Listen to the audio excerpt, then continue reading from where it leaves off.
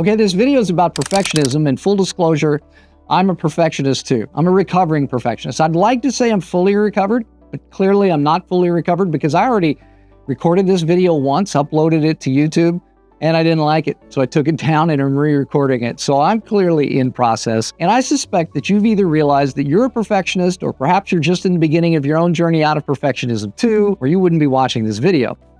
If you're exhausted from your own unrealistic expectations and what feels like the unrealistic expectations of others, and if you're so burned out that you don't even want to get out of bed in the morning, let's take a look at what causes perfectionism and how to start the lifelong journey of recovery from perfectionism.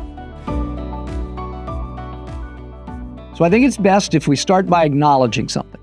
Perfectionism sounds like a noble pursuit. If you're in a job interview, let's say, and you tell the interviewer that you're a perfectionist, they probably respond pretty well to that. And in other aspects of your life, you probably get praised because people feel like that they can count on you. You consistently exceed expectations. Whatever you do, you excel at. But it comes at a steep price. You can't enjoy anything you accomplish. You can't be reasonable with yourself. And I know this from my own experience. You live with a relentless voice in your head that says you could have done that better. And you know that there are a whole slew of things that you're afraid to even try, because you either won't be able to be perfect at it, or the energy that you'll have to exert to learn sounds exhausting. And then there's something else, an even greater price that you might not even want to admit that you're paying for your perfectionism. We'll talk about that in just a minute. But first, let me tell you a story. A long time ago, probably 3 decades ago, a guy came to see me. He was a raging perfectionist. And somewhere in our appointments, he told me a story from his childhood about his first day of school. And he told me that he hugged his father goodbye that morning before he walked the 2 blocks to his first day of school with his mom. And when his first day of school was over, you know how kids are, he was so proud, so excited. It was all he could do not to run out the door of the school to tell his mom everything about his first day. But mom was crying, and she cried the whole walk home. Well, when they got home, he burst through the front door expecting to see his dad, excited to tell him all about his day, but he couldn't find him. And when he asked his mom where dad was, his mother, sobbing, told him, "Your dad's left us and he's never coming back." And in fact, that man never did see his father again. And that was his memory of his first day of school. Now, I tell you that story because it illustrates some very important characteristics about perfectionism and how it often begins. For example, perfectionism is often born out of trauma. Children often assume that something they did caused the trauma or the neglect or the abuse that they experienced, and they determined to never let it happen to them again. And in my friend's case, he determined from that day forward, he would never be a bad boy again. He would always be a good boy, do everything right, so that he would never disappoint anyone else and have them abandon him. And at 60 years old, at the time of our appointment, he was still trying to be a good boy, a perfect boy. The story also illustrates that children often become overly attuned to other people's moods, and they anticipate their needs as a survival tactic. Like, you have a trauma like my friend did, and you wonder how you missed it, and you vow to never miss it again. And you can also see in that story that perfectionism is a reaction to a wound. It's not really about ambition or excellence. That's the way we would like to think about perfectionism. We'd like to tell ourselves that, we just really want to do a good job, and we just really have a lot of ambition, and we're committed to excellence. But in reality, it's not about that.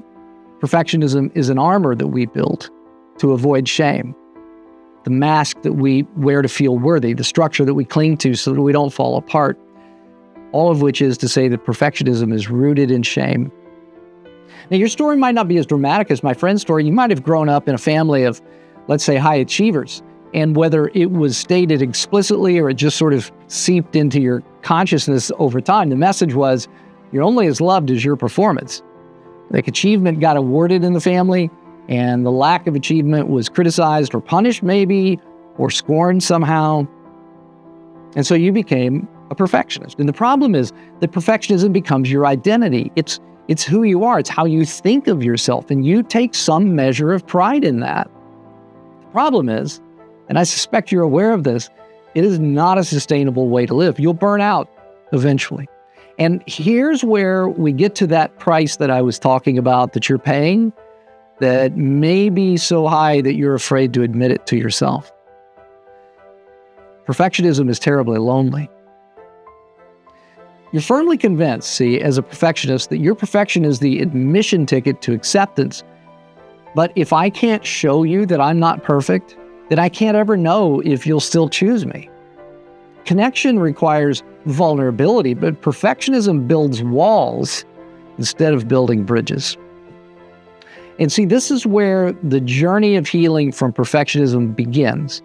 It starts with acknowledging that perfectionism didn't keep its promise to make you safe and loved. It has let you down.